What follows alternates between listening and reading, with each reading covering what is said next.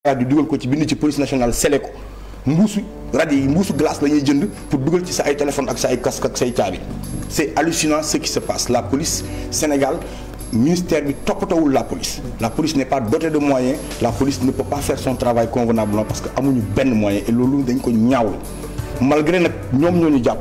Mais ce combat-là nous le porterons pour eux pour que police mën a am syndicat pour que policiers yi mën a réclamer seen ay droits parce que seen ay conditions dafa ñaaw.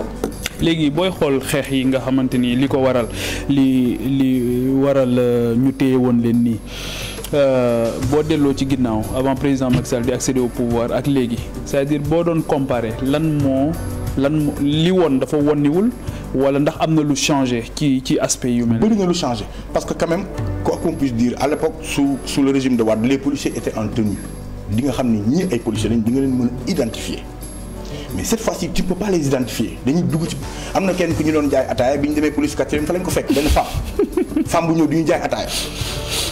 kon désormais mais loolu tamit est-ce que du seen ay technique d'infiltration yoo xam ni wala technique d'enquête ñuy utiliser ay renseignements généraux infiltrer nit ñi je ne suis pas contre cela parce que police quand même dafa war a am ay renseignements mais dafa am anam bu mu war a amee anam bi mooy nga respecter citoyen bi nga ñëw di jàpp mënoo ko bettee ginnaaw xoj ko wala nga poñe ko ginnaaw wala nga ñëw di ko saaga ay ndey policier amul droit saaga ma ndey dañu respecter tenue moo léegi au-delà de la police de l'attitude de la police mais l'attitude de la police vraiment li ma mën a wax mooy adjudants yi ñu fekk ci biir commissariat yi ils nous ont traités avec discipline avec respect mais d'homme à homme quoi quand il a fallu ñu strict ils l'ont été quand il a fallu ñu nekk humain ay nit comme ñun ils l'ont été loolu mënu ma leen ŋàññi ñooñu ils ont vraiment fait un travail mais avec professionnalisme quoi mais li ma ñaawlu mooy ces gens là yi nekk ci mbedd yi d'ailleurs jël nañ ci suñu ay mesures dinañ porter plainte chambre d'accusation. yow nan ngay comprendre le fait que xeex bi ngeen doon xeex avant 2012 tey dafa mel ni même xeex yi ngeen di xeexaat yow loolu nan nga koy comprendre. mais Y'en a marre fêtait son anniversaire et puis c'était le pire hasard.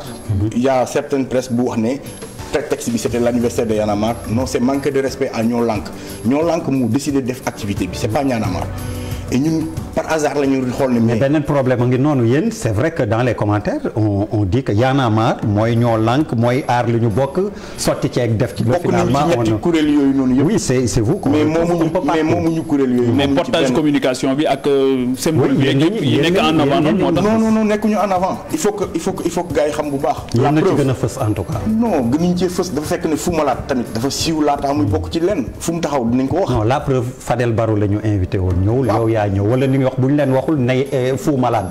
waaw parce que du loolu c'est que xam nga il faut que ñu comprendre benn affaire. Fadel Barro nekkul amul benn fonction ci biir Ñoo Lank.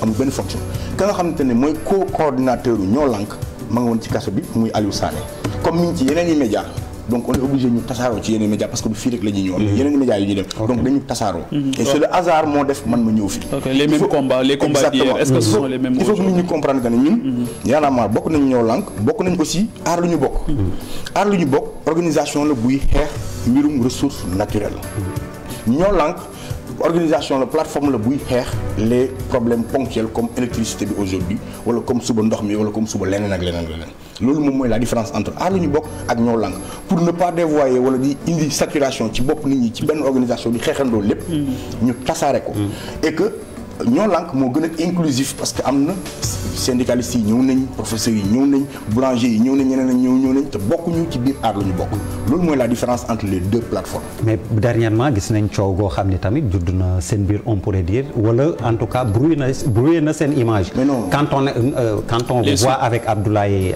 Wade nga xam ni Y'en a marre moo taxoon mu judd. Fadel dem ba ne Abdoulaye Wade kenn gënu ko fii.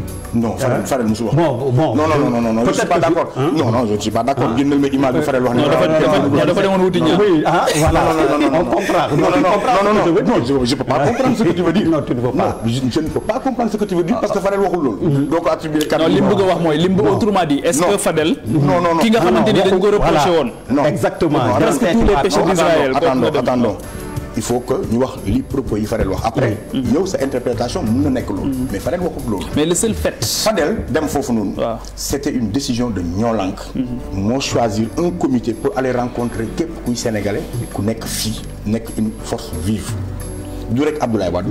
dem nañ ci ñeneen. oui Khalifa Sall. dem nañ ci Sonko dem nañ ci boulanger yi dem nañ ci ñeneen ak ñeneen ñu bokk ci comité ba ñu choisiroon pour ñu dem defi loolee. Fadel moomut boppam donte. moom un Sénégalais la mais boo xasee ba bokk ci plateforme da ngay soumettre ci décision plateforme bi. et puis il faut ñu comprendre benn affaire. Abdoulaye Wade quoi qu'on puisse dire nga ŋàññi ko nga bañ ko wax il fait partie de la vie politique de ce pays. bien sûr loolu kenn mënu ko dindi. ñu ngi fi depuis après les indépendances ba tey te muy continuer di exister. loolu nag mënuñ ko bañal et le PDS est représentatif dans ce pays. am na ñoo xam ne tey ci Sénégal pour ne pas citer xaaruñu lu dul nit wax leen dara ñu leen defi ko. donte gis nañ ko ressentir nañ ko am na ñoo xam ne Abdoulaye Wade kese moo leen mën a wax dem leen ngeen xeexi ñu xeex. donte yëg nañ facture bi cher na. mais ce Sénégal là ñun on peut pas le négliger. il faut qu'on Fadel Barro bu bëggoon a gis Abdoulaye Wade ba mu koy gis kon 2011 lay doon ak 2012 bu nekkee président il faut que les Sénégalais arrêtent quand même. aujourd'hui que Abdoulaye Wade nekk ci opposition bi quel est l'intérêt de Fadel Barro d'aller voir Abdoulaye Wade aujourd'hui pour bu fekkee ne ay affaire boppam moo ko tax a jóg. franchement 2011 la ko doon defaloo 2012. pour les besoins du combat. il faut que les gens comprennent que les politiques ils ont fait un aveu. Aujourd'hui c'est les mouvements citoyens ñu occuper l'espace public. mais pourquoi ngeen dem di seeti politique yi. mais moom laa la wax parce que ces politiques là pourquoi ñu dem seeti pourquoi ñu nangu ñu recevoir. pourquoi ñu nangu ñu recevoir c'est parce qu'ils reconnaissent en réalité suñu combat ñun on est resté ce que nous sommes depuis bi ñu ne commencé ba léegi. ñoom ñoo ñu fekk si sur ce terrain là. ça veut dire que ñoom ñoo avoué que ne aujourd'hui yéen ñi ngeen doon def. yéen a nga ca ba tey. mais ñun ñëpp ku ci dem ci opposition bi. mais damay préciser sama laaj bu fekkee ne dañu jàpp ne. c'est la fin des partis politiques classiques. ñu ne léegi c'est jamono bi jamonoy mouvement yi la. ñoom ñooy mener combat bi ñoo occuper espace bi. léegi lan mooy tax souvent opinion bi di am impression ne. pourtant mouvement yi dañuy soxla caution donte caution morale la ndax caution financière yi tudd nañ ko feeg yooyu xaalis ak yooyu mais donte caution morale la da ngeen dem wuti ko systématiquement ci woy politique yi ndax xeex bi da ngeen ko mënul xeex yéen rek wala. non je ne suis pas d'accord demuñu wuti caution ci homme politique non l'homme politique avant muy nekk homme politique citoyen sénégalais simple lambda la. mu am casquette politique. et bu ñu naan c'est la fin des partis politiques classiques. d'accord mais les mouvements citoyens man en tout cas bi ma bokk mu yaanamaan ñun utuñ benn mbir. laaju ñu fal ñu dara. utuñ benn ndombal tànk. donc allah kulli xaal ñun lu ñu xeex.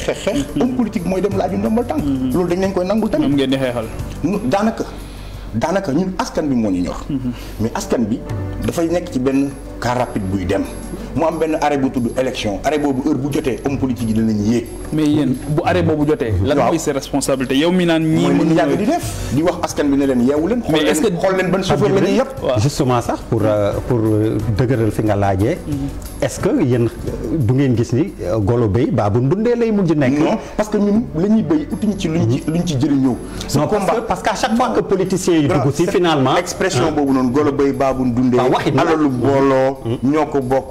lu ruus ci nag bi ay yooyu dañ ko war a dindi Sénégal parce que yooyu yàq Sénégal ay sama wàll fekkee ma dama ko fekkee mais justement avec les politiques est-ce que c'est pas comme ça que ça se passe finalement je suis désolé notre mission aujourd'hui ñun ñëpp sénégalais dañu war a xoolaat yenn expression yi nga xam ne ñu ngi fii nii ñu fekk ko fi depuis cosaan mais moo yàq suñu dëkk ay dëgg buur alalu mbooloo ce truc là mais boo mënee ay golo bay baabu ndunde ñun li ñu def ñun nangu nañoo doon golo askan bi bu fekkente ne golo askan bi mooy xëy di nekk ci besoin askan bi saa su ne. ñun nangu nañ ko. bu ñoo doon baabul bu politique yi laa la wax. non dégg naa la bu baax mais politique yi. ils feront leur rôle à un moment donné. comme ñun ni ñu defee suñu rôle à un moment donné. bu laaj jotee ñoom la ñuy tabbu ñun laajuñ pour ñu tabbuñu. ñun ci la ñuy nekk te li ñuy def capitaliser wuñ ko pour benn homme politique et loolu dañ ci mës a clair. dañ ci mës a clair ñu suñu taxawal nit ne la kaay nga voter diw. on a été clair depuis le début ñun suñu taxawaay njaaxaanaay la su politique yi amee lu ñu def tort ñu wax leen ko su askan bi amee tort ñu wax leen ko d'ailleurs le nouveau type de sénégalais ci population yi la njëkk a adressé wu.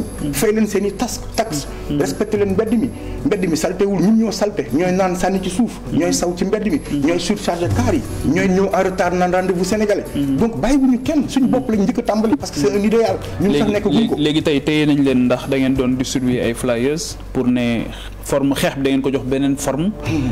tey boobu téye nañ leen tey jii bu ngeen doon envisager la suite lan lay nekk. la suite mooy flyers fépp maintenant comme dañuy laaj nee nañ uti autorisation parce que pour ñu libérer ñu. commissaire bi wax nañu ko nee nañu dinañ leen bàyyi ngeen dem mais demander leen autorisation yëgal leen autorité bi ne ko yéen a ngi def activité bi mais comme activité bi ñu doon def laajul mégaphone laajul sonorisation laajul dara lu dul ñaari nit di ànd cette fois-ci on va investir les cars rapides les Tata les bus les Dem Dikk les taxis clando partout ci Sénégal dinañ fa dugg.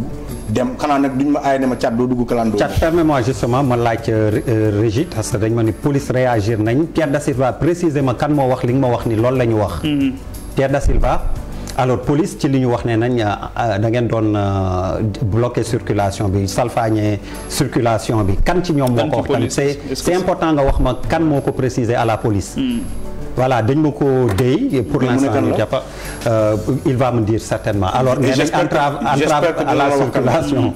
Pierre Da Silva réalisation s'il te plaît wax ma kan moo ko exactement mais der surtout que la police aujourd'hui jottali ma ko li Thiat wax dafa am solo parce que muy yow muy man muy ñun ñi jaxasoog ñoom ñëpp à un moment donné gis nañ ne li ñu war a def ci wàllu investissement ci police dafa bari. Est-ce que loolu ñàkk gee def investissement du influer ci seen i xeetu jëfin yoo xamante ni il se débrouille avec les moyens du bord. loolu beneen la mais li ñuy teg ci seen der yëpp aujourd'hui il faut que police aussi par voie officielle mu prononcé wu parce que gis nañ marche bële am na ñu waxoon ne dañoo soloon ay tenue Baye Fall di agressé waate tey jii am na yeneen tuuma yoo xam teg nañ ko ci seen kaw wax nañ ne aussi ci police centrale lii mu xamante ni décrire na ko ça n'honore pas la police il faut que police aussi ñoom ñu jël seen responsabilité jar na sax ñu wane image wane photo bu fekkee ne dañuy déconstruire wala bu fekkee ne dañ koy dëggal et que l'autorité puisse agir à ce niveau. Je pense que police aussi a une grande responsabilité dans ça et s'ils peuvent réagir par voie officielle mais ils n'ont qu'à réagir moo gën SMS yi. doon naa bëgg ñu wax ban police moo wax loolu parce que ñun on a les images yu prouver li may wax. bu dee Pierre am na ko bu ko demee seet ci net bi léegi mu génneel la man bi ñu may jàpp maa ngi toog ci arrêt car donc ku toog ci arrêt car nan la mu ne. bloquer circulation ci arrêt car laa toog man ak Pape Diallo si la ñoo toog donc nañ ma wan fan laa bloqué circulation. alors police ni mu la ko waxee Pierre Da Silva comme yaa ma ko àggee. Si tu peux les appeler s'il le faut ils peuvent entrer en direct il y a pas de souci nga dugal leen ci ligne bi qu'ils réagissent officiellement et en direct il y a pas de souci on poursuit. waaw en fait li ma doon wax foofu mooy ñun ñëpp surtout bi ñuy nekk école ak yooyu on a eu la chance ñu dugganteeg police pour comprendre un peu comment ça se passe à un certain niveau mais honnêtement aujourd'hui on a une police formidable bien formée et tout ce que tu veux mais du point de vue des textes du point de vue des réformes des textes ci école police laa jëm de les réformes des textes du point de vue cantonnement de la police te policiers yi may xool xam nañ li may wax dëgg la du point de vue traitement salarial et tout ce que tu veux il y a encore d'énormes progrès à faire et aujourd'hui boo xoolee le débat qui fait rage en France fi mu ne nii par rapport aux gilets jaunes c'est le syndicat de la police qui porte le combat bërki dem maa ngi leen seetaan ak Laurent Ruquier dans On n'est pas couché mais dañuy porter combat vigoureusement egg nañ sax fi mu ne nii ci ne nañu bàyyi gouvernants yi nañu bàyyi di jël ay français di leen dóor ci yeneen français parce que ñoom ordre la ñuy jot dem ci loo xamante ni souvent jaru ko bu fekkee ne ordre dañ ko jaxase mais nga rétablir l'ordre boo leen fekkee ñuy bloquer circulation nga ne bu leen bloquer circulation et continue mais man la question que je pose mooy tey ji entre Ousmane Ngom à l'époque et entre Aly Ngouille Ndiaye mais où se trouve la différence du point de vue liberté publique.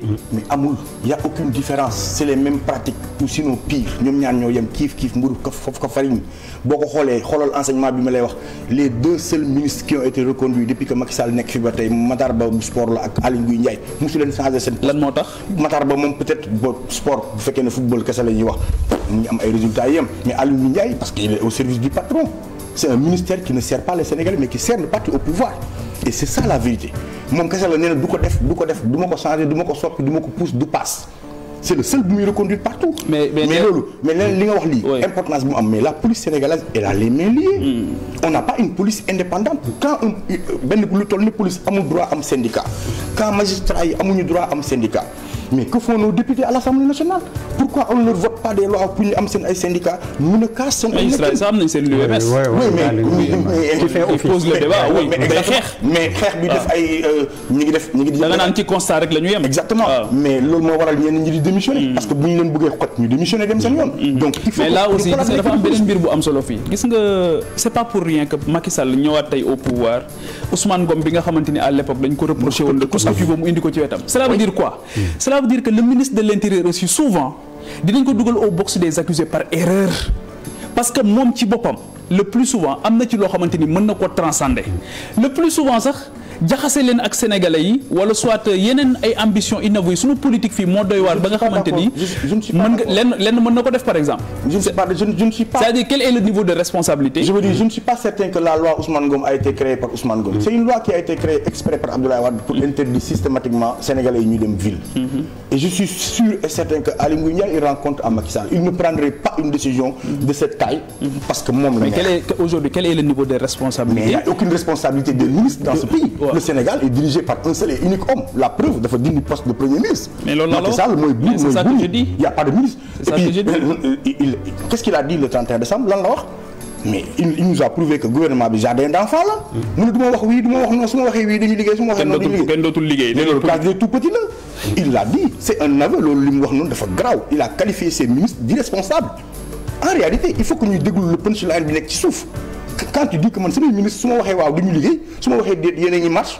ça veut dire que avoué nga ne léegi Thiat am naa beneen question mooy yéen ñi nga xamante ni depuis 2008 2009 2010 2011 ba 2012 ba depuis 2012 on a eu contestation bi taxaw na indignation bi taxaw na alerte yi yëpp taxaw na mais nan ngay expliquer le fait que à chaque fois qu'il y a une consultation mais peuple boobu ngay wax ne moom ngay défendre donne une majorité au président de la République. non je ne suis pas certain que peuple boobu noonu ñuy waxal. moom moo joxe une majorité xam nga les mécanismes. pour les élections. ñun maîtriser wuñ ko. quand tu maîtrises pas le fichier électoral parti au pouvoir moo ko xam ak ministre de l'intérieur. mais loolu CNRA ak comité électoral ak ñun ñëpp xamuñ ci dara. la réalité ce fichier là ñun ñëpp xam nañ ne baaxul. lu tax baaxul. mais parce que c'est un fait c'est un constat les hommes politiques loolu décrié politiciens yi bi ñu koy jot boobu fekk na presque trop tard. ci lañ nangoo dem élection aussi parce que il faut que ñu dem élection. pourquoi duñu dem élection parce que Macky Sall en réalité c'est ce qu'il voulait que les gens boycottent les élections d'ailleurs le jeu de Wade pour que tout le monde boycotte les élections Macky jàll avec 90% loolu duñ ko nangu. donc Wade a fait le jeu de. mais ça je le maintiens et je le soutiens loolu laa gëm. mais politique aussi xam nga il faut être logique xam nga en bi ñu génnee ci élection 2007. Macky Sall était directeur de campagne bi opposition bi d'accordul ci méthode bi élection yi jàllee. dañu boycotté législative yi ci topp. yaa ngi fàttaliku l'opposition dite représentative avait boycotté. te xëy na boycott boobu moo tax ba ñu dellu si waatee ci table ji le 22 mars 2009 ñu raflé les grandes villes du Sénégal. Est-ce que tey jii aussi on n'a pas une opposition qui n'est pas très conséquente. non quand il s'agit de critiquer l'opposition dinaa critiquer l'opposition aujourd'hui pour le mutisme de beaucoup.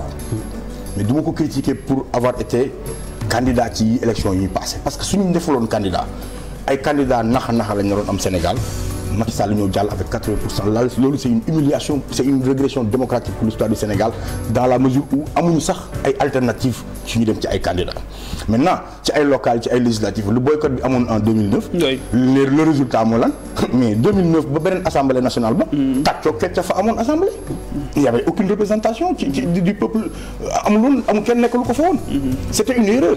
en réalité c'était une erreur. parfois tu prends le risque de perdre benn 5 ans pour parfaire quelque chose c'était le risque. mais est-ce que mën nañu wax erreur la parce que le 23 juin 2011 aussi peuple bi ne woon demul assemblée nationale moo dem buntu assemblée nationale. waaw mais xam nga foofu noonu. est-ce que tamit gis nga moo tax nga ne peuple bi. oui mais moo tax nga ne peuple bi su fekkoon il y avait pas un dysfonctionnement à l'assemblée nationale. le peuple ne serait pas dans la. léegi comment faire pour régler aujourd'hui le problème du fichier bi ngay wax nii. mais il faut que ñu toog waxtaanee ko les acteurs. yéen a ngi ci dialogue national. non yàlla tere ban dialogue national la moo fi am. mais est-ce que du foofu justement lañ ko waroon a mën jéem a régler. non dialogue amul xam nga balaa nga woote dialogue. non dialogue politique am na dialogue national am na te politique bi defe naa ñoom ñëpp ñu ngi ci. deal moo am. il y a un deal qui se trame sur le dos. diggante kan ak kan diggante ñoom ñu fa bokk ñëpp. mais yan élément ngeen am yéen. mais élément yi ñu am mooy déjà pousse ay local. est-ce que yow dañ ci nangu dañ la consulter. consulter wuñ ma. dañ la consulter. dañ maa consulter te ñun la ñu wax ne ñun local yi pour kan la c'est pas pour les politiques c'est pour le peuple. xam nga peut-être que yow am nga ay désir envie nekk ngaay candidat. xam nga sànq yaa ngi dellu si yaa ngi def ay mbir. non finalement tout le jeu là ça revient entre les mains des politiciens. non parce que loolu ñun ñoo ko accepté. sànq loolu laa non parti bi ngay wax nii. parti bi ngay wax nii mooy fi Pape Djibril di wax loolu ñun ñoo ko accepté. pourquoi ñoo ko accepté parce que ne serait-ce que accepter qu'il y a dialogue rek. c'est parce que ñun ñu ngi cautionner ce qui se passe aujourd'hui c'est un deal c'est une magouille. mais ñun on n'accepte pas xam nga ki nga xam dañ ko jël constitution. jox ko yenn pouvoir yi. ci sunu système bi ñu am. kooku bu wootee yenn saa yi du ànd ak bañ a ànd de. c'est-à-dire que il dicte la conduite. non tey moom moo woote dialogue. kan moo woote moom moo woote. mais kan. le président de la République. mais il faut qu'on arrête balaa ngay woote dialogue. day fekk nga am climat d'apaisement ci sa dëkk. waaw yow yaa ngi jàpp Guy Marius Sagna yaa ngi jàpp Leuze yaa ngi jàpp. mais loolu c'est le principe. mais la réalité mooy woote na. c'est pas une réalité loolu caaxaan la. dinañ am prolongation bu ndaw juste après les informations. mais effectivement Pape Djibril li ñu war a nangu mooy vraiment joxe flyers ci Sénégalu 2020 waruñu ci téye nit. publicité et puis ñu dem ci information yi.